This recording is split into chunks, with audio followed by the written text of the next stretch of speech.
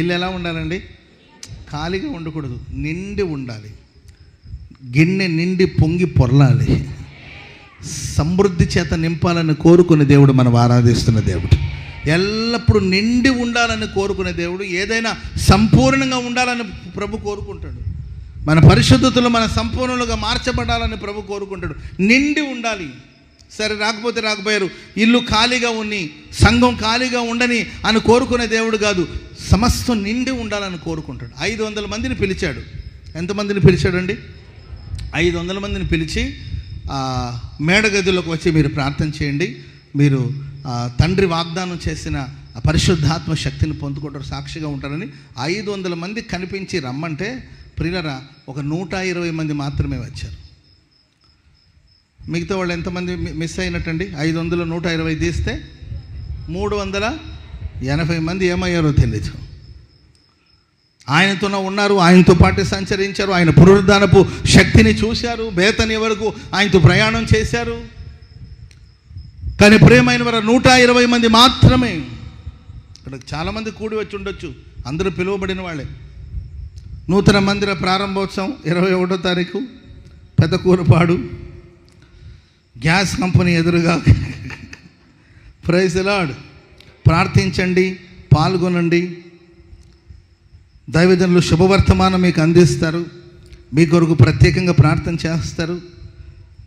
మరవకండి, మరచిపోకండి. Praise the Lord. అందరూ పిలువబడిన వాళ్ళే. కానీ ప్రియమైన వారా, 500 మందిని దేవుడు పిలిచాడు, 500 మందికి చెప్పాడు. ఎంతమంది విన్నారు? ఒక 120 మంది మాత్రమే ఆ మేడగదిలో కూర్చొని ప్రార్థన చేస్తారు. దేవుడు అన్నాడు, ఇది చాలదు, నా ఇల్లంతా నిండాలి. చప్పట్లు కూడా అందరూ గట్టిగా గట్టిగా గట్టిగా హల్లెలూయా, నా ఇల్లు నిండాలి అని పరిశుద్ధాత్మ శక్తిని వాళ్ళ మీద కుమ్మరిస్తే ప్రేమైన వాళ్ళరా ఇంచుమించు 3000 మంది సంఘంలో చేర్చబడ్డారు. చప్పట్లు కూడా దేవుని స్తోత్రం చెప్పండి. గట్టి మన పరలోకమందున తండ్రి ఇల్లు ఖాళీగా ఉండాలని కోరుకోడు, ఇల్లంతా నిండాలని కోరుకుంటాడు. ఒకటి, విందును సిద్ధపరుస్తాడు. రెండోదిగా ఇల్లంతా నిండి ఉండాలని కోరుకుంటాడు. మూడోదిగా ప్రియులరా, తనకు సంబంధమే లేని మనుషులు కాకపోవచ్చు, అందరూ నావారు అని భావించే దేవుడు. ఆమె చెప్పండి అందరూ గట్టిగా.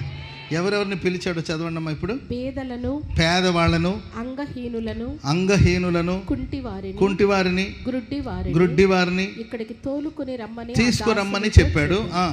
అంతటా దాసుడు ప్రభువా నీవు ఆజ్ఞాపించినట్లు వెళ్ళి ఎవరెవరిని పేదవాళ్ళని తీసుకొచ్చారు, అంగహీనులను తీసుకొచ్చారు, గుడ్డివాళ్ళని తీసుకొచ్చారు, కుంటి వాళ్ళని తీసుకొచ్చి నింపేశారు. ఇంకనూ చోటు ఉంది. స్తోత్రం చెప్పండి అందరు గట్టిగా. గుడ్డి వాళ్ళు వచ్చారు, కుంటి వాళ్ళు వచ్చారు, పేదవాళ్ళు వచ్చారు, అంగహీనులు వచ్చారు. వీళ్ళందరూ వచ్చినప్పటికీ ఇంకా ఖాళీగా ఉందని చెప్పినప్పుడు అందుకు యజమానుడు నా ఇల్లు నిండాలి, సంఘం నిండాలి. ఆమె చెప్పండి అందరు గట్టిగా. మీ ఇంటిని దేవుడు నింపబోతున్నాడు, సంఘాల దేవుడు ఆత్మలతో నింపబోతున్నాడు. సమృద్ధిగా నింపడానికి శక్తిగల దేవుడు. ఇక నీ జీవితంలో ఏ కొరత ఉండదు. సమస్తమును ఆయన సిద్ధపరిచాడు, నింపబోతున్నాడు. హల్లెలూయా.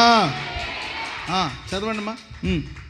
నా ఇల్లు నిండునట్లు నీవు రాజమార్గములో వెళ్ళి కంచెల్లోనికి వెళ్ళి లోపలికి వచ్చుటకు అక్కడ వారిని బలవంతంగా తీసుకురండి. స్తోత్రం చెప్పండి అందరూ గట్టిగా.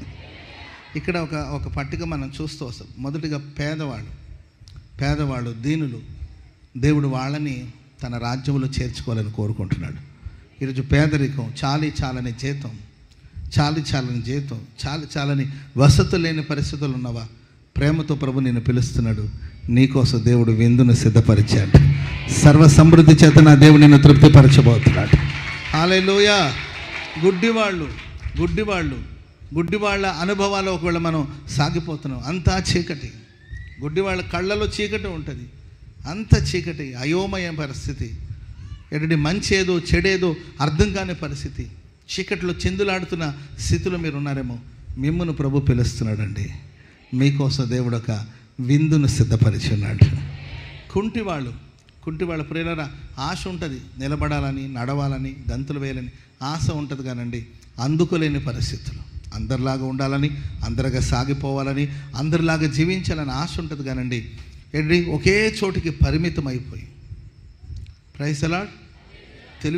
నేను చిన్నప్పుడు మా ఇంటి పక్కన ఒక చిన్న పాప ఉండేది. ఆ పాప పేరు దీప అని ఒక పాప ఉండేదండి. ఒక పాప, దాని పేరు దీప. మా ఇంటి పక్కన ఒక పాప, దాని పేరు దీప. పాప 2 కాళ్ళు ఉండేది కాదండి. గుమ్మంలో కూర్చోబెట్టేవాళ్ళు. వాళ్ళకి నుంచి 4 ఆడపిల్లలు, దాంట్లో దీప ఒక పాప. ఆ బజార్లో కూర్చొని దారిలో వాళ్ళు వెళ్ళే వాళ్ళని వచ్చే వాళ్ళందరినీ పలకరిస్తుండేది అనమాట. అందరిని అకాబావున్న గుమ్మలో పాప కూర్చోబెట్టేవాళ్ళు.